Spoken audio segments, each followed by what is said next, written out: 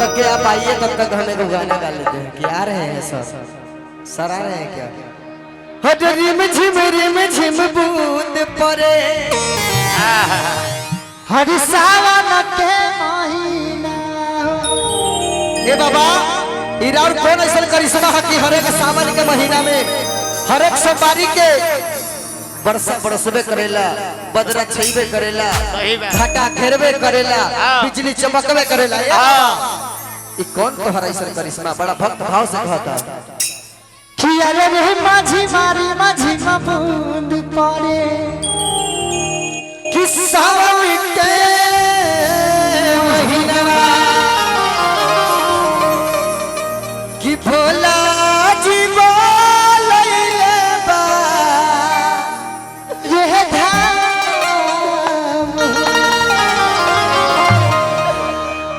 कि नाचता। ए बाबा ये देखिए राउर भक्त मगन में होके नाचता कि नाचता कावरिया सारे इरार भाई के गाना है हमारे YouTube चैनल शिवा बाबू आज पर 1 लाख सब्सक्राइबर 1 महीना में पूरा हो गए। नहीं गोलू भैया को थोड़ा सुनो।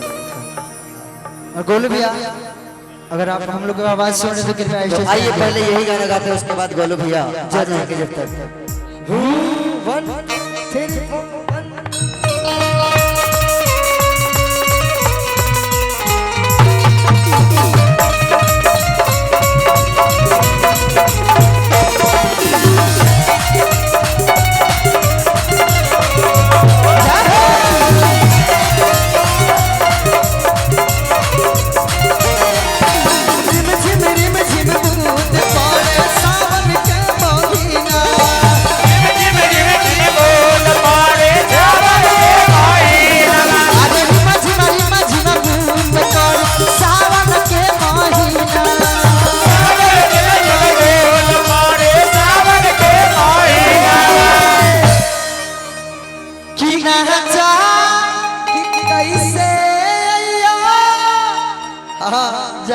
तोहरे बेटर में हम अपना को गाना गा देने लगे, लेकिन कि नाचता कावरिया सारे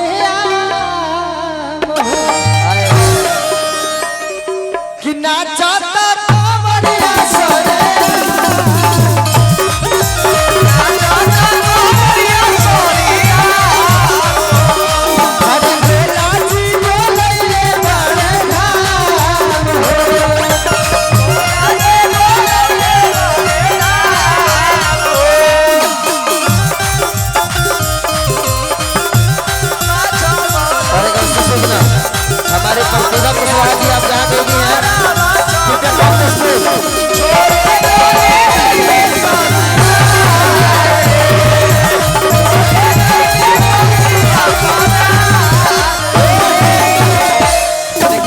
ये भैया भक्त जगह कहता कि ये बाबा प्रतिभा कुशवाहा जी आप come the stage light of, आप जल्दी से स्टेज पे आ जाइए और कहना है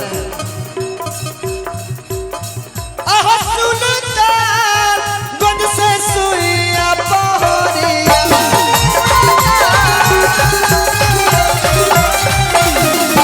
चलत रही बाबा देखो तोर गइल कोइया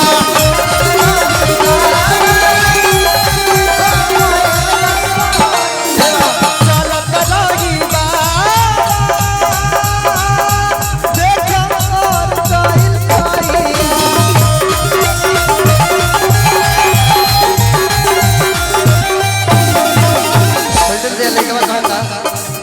एहे में हमें चीज जोड़ते हैं कि छोरी के गाइल मिला छोरी के गाइल छोरी के गाइल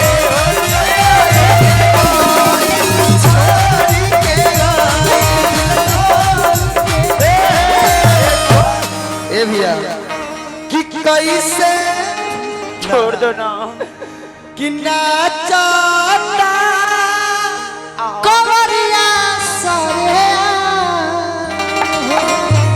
भोला जी बुलैले बड़े धाम हो बड़ा भाई की बात कि भोला जी